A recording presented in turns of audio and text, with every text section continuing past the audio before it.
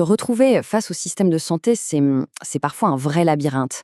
On se sent vite seul, un peu perdu, face à une machine qui paraît immense, complexe. Mais et si la clé, c'était tout simplement de reconnecter les gens, de retisser les liens entre tous les acteurs de ce système? C'est justement la promesse que l'on va décortiquer ensemble aujourd'hui. Oui, cette impression d'être un peu baladé, de devoir faire des démarches qui n'en finissent plus, juste pour trouver la bonne personne à qui parler. Ce n'est pas qu'une impression, c'est le quotidien pour des millions de personnes.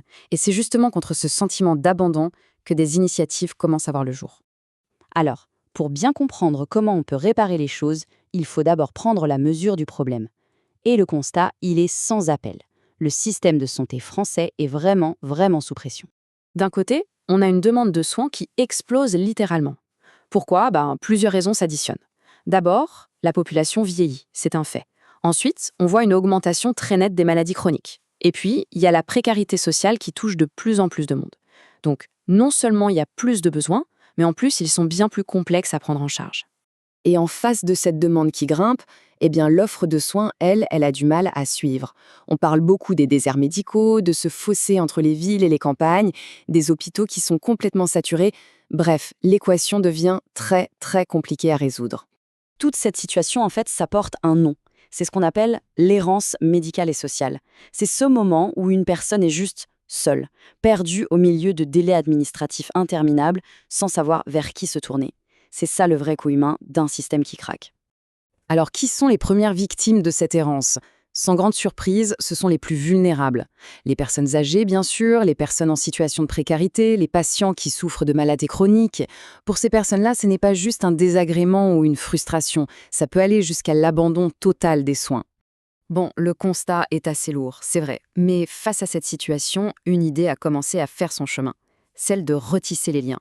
On passe donc du problème à la solution. Et la solution, c'est une mission, la coordination. L'objectif, c'est de faire une bascule totale. On quitte un système qui est souvent perçu comme fragmenté, trop complexe et inégalitaire, pour aller vers un modèle qui serait coordonné, beaucoup plus humain et surtout ancré dans les territoires, dans la réalité du terrain. C'est une vraie promesse de remettre du lien là où il s'est effrité. Et cette promesse, cette solution, elle a un nom, Charlène. C'est une plateforme nationale qui a été conçue justement pour ça, pour rendre la coordination des soins beaucoup plus simple, beaucoup plus fluide. La mission de Charlène, elle est affichée noir sur blanc. Il s'agit de garantir à chaque patient un accès aux soins qui soit rapide, équitable et coordonné, avec un vrai accompagnement humain, peu importe où l'on habite. On voit bien que l'idée, ce n'est pas juste de l'efficacité technique, c'est vraiment de remettre la personne au cœur de tout le système. D'accord, mais alors concrètement, comment ça fonctionne? Regardons un peu la mécanique, parce qu'il y a cette double dimension, une plateforme nationale, mais une application très locale. Tout le parcours est pensé en 5 grandes étapes. D'abord, on identifie précisément le besoin de la personne. Ensuite, étape 2, on alerte les bons professionnels, ceux qui sont pertinents. Troisième étape, on oriente la personne vers la meilleure solution pour elle. Quatrième étape, cruciale, on coordonne les interventions de tout le monde.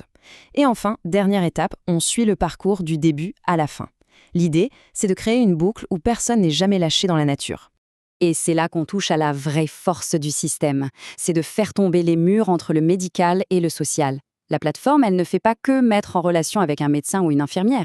Non, elle va aussi chercher des travailleurs sociaux, des aides administratives. La prise en charge est pensée de manière globale, à 360 degrés. Alors là, on a une des promesses les plus fortes, moins de 48 heures pour avoir un rendez-vous avec un médecin généraliste. C'est une réponse très directe à ce qui est sans doute l'un des plus gros points de blocage du système aujourd'hui. Mais attention, quand on dit accès, il ne s'agit pas de n'importe quoi. Ça peut être un rendez-vous classique, en physique, ou alors une téléconsultation assistée. Et ça, c'est important. Ça veut dire qu'un autre professionnel de santé est sur place avec la personne pour prendre ses constantes, pour aider à l'examen. Ça garantit un diagnostic qui soit vraiment fiable, vraiment de qualité. En fait, tout ce système repose sur 3 grands piliers. Le premier, c'est la technologie, évidemment. C'est une plateforme solide, éprouvée, qui permet de tout organiser, de structurer l'information et de suivre les parcours de manière super efficace et sécurisée. Mais la technologie, ça ne fait pas tout. Et c'est le deuxième pilier, l'humain. La technologie est là pour aider, mais ce sont des coordinateurs, des vraies personnes qui prennent le relais pour les cas les plus complexes, qui assurent le suivi. L'humain est vraiment au centre du jeu. Et enfin, le troisième et dernier pilier, le territoire. L'idée, ce n'est pas du tout de plaquer un modèle unique partout en France. Au contraire, la plateforme est conçue pour s'adapter aux réalités locales, aux ressources qui existent déjà. Donc, pour résumer, la technologie structure, l'humain coordonne et le territoire agit. C'est ça, la philosophie de Charlène. Bon, tout ça, c'est le fonctionnement. Mais quelle est la vision à plus long terme? Où est-ce que ça veut nous emmener? L'ambition, c'est de construire une toute nouvelle infrastructure nationale pour la santé. Et les objectifs sont chiffrés et ils sont ambitieux. On parle de couvrir les 96 départements, donc tout le territoire, et d'accompagner à terme 3 millions de personnes. C'est énorme. La vision, c'est presque de créer un nouveau service public de la coordination des soins, mais à l'échelle de tout le pays.